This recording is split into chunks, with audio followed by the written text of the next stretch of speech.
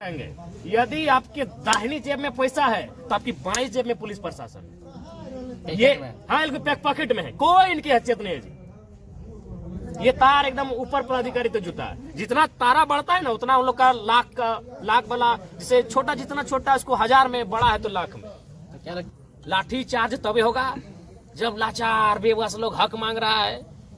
Sir जो उनको डरा सहमा लोग भी लाठी चार्ज करेगा। देखते हैं ना बागमारा में कितना ये लोग माफिया को खदेड़ता है, देखते हैं हम तो सामने, हम तो वॉच करेंगे। अब तो लेटर भी लेके आए। कहते हैं जिस दिन कोयले की अगर ईमानदारी पूर्वक जांच हुई, कोयला अवैध कोयले तस्करी की, इस राज्य के सर्वोच्च पदाधिकारी के टेबल तक पहुंचेगा।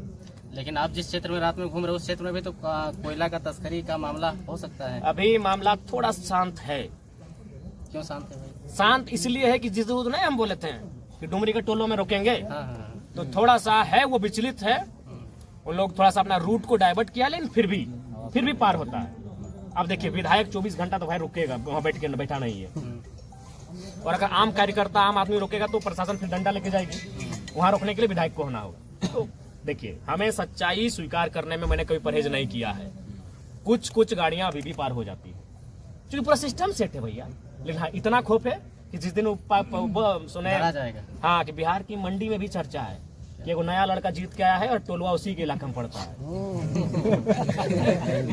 तो ये तो है कि जिस दिन मैं खेपा जिस दिन हमको थोड़ा सा टाइम भी नहीं मिलता है, 3-4 को विधानसभा जाना पड़ता है, रात को 2 बजे के सोते हैं, फिर 10 बजे या तो जो सरकार में भी बैठकर क्रांतिकारी डिसीजन होगा तभी ये शांत होगा, और नहीं तो कुछ नहीं। एकदम स्पष्ट कहते हैं इनका लाठी चार्ज तभी होगा जब लाचार बेबस लोग हक मांग रहा है। सर जो उनको डरा सहमा लोग भी लाठी चार्ज करेगा। देखते हैं ना बागमारा में कितना ये लोग माफिया को खदेड़ता है, देखते हैं हम तो सामने, हम तो वॉच करेंगे। अब तो लेटर भी लेके आए सीएम को। बिल्कुल हमें खेद है, हम बोले हम कुछ विषयों पर जो गलत है उन पे हम बोलेंगे, लेकिन एक मानवता के नाते हमें भी पीड़ा है कि भाई एक संवैधानिक पद पे जो व्यक्ति है, एक माफिया कैसे मारेगा यार उसको। एक माफिया मार देगा, पत्थर से मार दिया है और अभी सामने से मारा है। जो वहाँ लोग कह रहे, चूंकि यह पुलिस का मामला है, डर से हमें कुछ कोई बोलेगा नहीं, सब जरा मत थोड़ी है कि मुंह खोल देगा। कलेजा चाहिए ना भाई। वहाँ सुनिए, चूंकि एक तरफ माफिया है और एक तरफ पुलिस है, और पुलिस का बड़ा घायल हुआ है, कोई देखा भी तो नहीं कुछ बोलेगा, पीस जाएगा ना, पीस जाएगा। वहाँ क्या हुआ है कि माफिया को पकड़ के ले जा रहे थे डीएसपी महोदय, गाड़ी में बैठाने वाले थे, तब तक उसका समर्थक लोग ला जाके उनको पत्थरबाजी करके घायल कर दिया है। तो वही देखते हैं प्रशासन का, और आज उनका कार्यवाही बता देगा कि वो सेट है कि नहीं है। अगर धनबाद से कोयलांचल से धनबाद बोकारो मिलके और कुछ कोलियरी का हिस्सा मिलकर कोयलांचल बनता है, अगर कोयलांचल में माफियाओं का मनोबल गिरता है तभी समझिए कि पुलिस निष्पक्ष और ईमानदार है, और नहीं उसके बाद भी अगर कोयले की काली कमाई जारी रहती है तो सोच लिए वो सेट है। तो क्या पुलिस अपना जान जोखिम में डाल के पैसा कमाएगी? जी बिल्कुल, जान जोखिम में कहाँ है जी, सर जान जोखिम में कहाँ है। कपार फोड़वा लिया वो तो मैंने जब उनको लाने जाए लगा, गाड़ी में बैठाने लगे, तब उधर से मैंने जो ग्रामीण देखा, जिन्होंने जो डरे समय हमको सुनाए, तब उनके साथ ये घटना हुई। हम घटना की बिल्कुल भर्त्सना करते हैं, निंदा करते हैं, और हम प्रार्थना भी करते हैं कि स्वस्थ होकर वो शख्स, वो पुलिस का पदाधिकारी हम सबों के बीच आए। लेकिन गुस्सा है हमें कि कैसे माफियाओं का मनोबल इतना बढ़ा है, कैसे। लेकिन जयराम जी, अगर इस घटना के तह तक जाएंगे तो 2 राजनीतिक दल, कहा जाता है कि एक सांसद और दूसरा जेएमएम पार्टी के जो भी नेता है, उन दोनों गुटों के बीच में ये झगड़ा हुआ था। और देखिए मामला क्या है, मामला है वहाँ गोविंदपुर शायद एरिया का नाम है, हाँ जो भी है, गोविंदपुर, धर्मा बांध और 4-5 गांव जो भी है, हाँ जो भी है, खरखरी, तो उधर जो भी एग्जैक्ट नाम हमने कन्फर्म है, मैंने बागमारा का वो क्षेत्र, उनको एक गाँव है, कुछ गाँवों को विस्थापित किए बिना काम हो रहा था। और देखिए आज फिर कहेंगे, बेशक हम कंपनी का सामान यूज करते, इसका मतलब नहीं कि हम गलत चीज का समर्थन करेंगे। आपकी टोपी कंपनी से आता है, मेरा जैकेट कंपनी से आता है, मेरा कंपनी क्या की है, अपना लठेत पाल के रखी है, वही जो आप हाँ गुंडा लठेत। और वो लठेत कौन है आज के डेट में? पार्टी के नेता है। ये तो जेलकेम का अगर उसमें अगर थोड़ा सा भी इंटरफेयर होता ना तो अभी नेशनल न्यूज बनता, तब न्यूज में एकदम मसाला। जरा अभी जेलकेम नहीं, जरा महतो के समर्थक, जरा महतो के दाएं हाथ, जरा महतो के बाएं हाथ, लेकिन वो सरकार का पार्टी है, सब मोनी बाबा बन गए। तो वहाँ क्या होता है, हिल टॉप कंपनी, नाम लेने में कोई हर्ज नहीं होना चाहिए। वो क्या करती है, गुंडा हायर की है। क्योंकि ऐसा उनको लगता है कि अगर रैयतों को हमको नौकरी देना पड़ेगा तो मान के चलिए 50 रुपया खर्च हो जाएगा, रैयतों को अगर मुआवजा देना होगा तो और 50 रुपया खर्च होगा। लेकिन उनको नौकरी और मुआवजा ना देकर हम कुछ गुंडा को 50 रुपया दे देते हैं, 50 रुपया मेरा बने।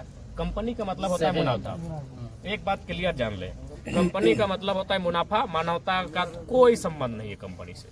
वो क्या करती है कि रैयत को, अगर वो रैयत को मुआवजा दे देती, रैयत जो लोग हैं उनको अगर योग्यता के आशा, अरे नॉन स्किल में दे दो यार। कोई तो नहीं बोल रहा कि हमको वहाँ ऑपरेटर और माने इंजीनियर के काम में लगा दो, झाड़ू पोछा कुछ भी करा लो काम है, ढुलाई का काम करा लो, नॉन स्किल में आप दे दो।